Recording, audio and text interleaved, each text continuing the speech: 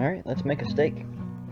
For Great. starters, I've got a New York strip steak. This one is about a pound. It's about an inch thick, and I picked it out because it had really nice marbling, which is those fat strands that run throughout the meat. Those provide most of the flavor, and you want to find something that has good marbling or a lot of those white strands. So for starters, we want to dry off our steak. You want the surface of the steak to be nice and dry because it'll help form that crust, and that's where most of the flavor comes from. You're going to want to get butter, salt, and thyme or rosemary. This is rosemary. I actually prefer thyme, but I didn't have any. And some olive oil. You're also going to need either a cast iron or a stainless steel pan. You're going to start by generously salting our steak on all sides. You want to make sure that you flip it, you get both sides, and then you also want to get the edges as well. Usually you can just kind of scrape it around your cutting board, and that'll get you squared away.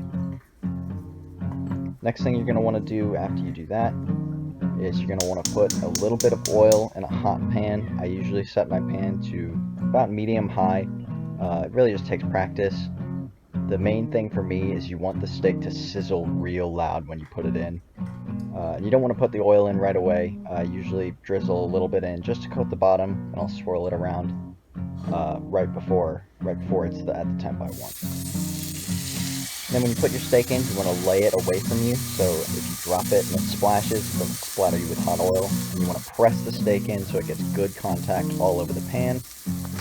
And then you're going to want to cook it for 3 to 4 minutes aside.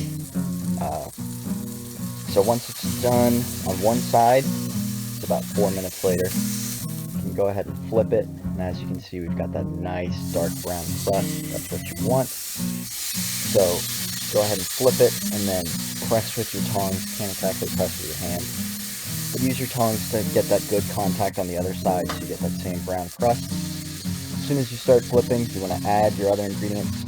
Me adding some imaginary garlic, which I forgot to. And then you want to vigorously baste with a spoon for about 30 to 45 seconds. You can also add some optional cracked black pepper. And then once it's been sitting for about 4 to 5 minutes, it should be all done. Go ahead and take that thyme sprig or rosemary sprig, put it on top, and just drizzle a little bit of your butter on top as well. Then, hardest part of the whole recipe, you gotta let it sit for 5 to 10 minutes. And then once you've waited your 5 to 10 minutes, just go ahead and slice her up, plate her up, and you're ready to eat. Enjoy.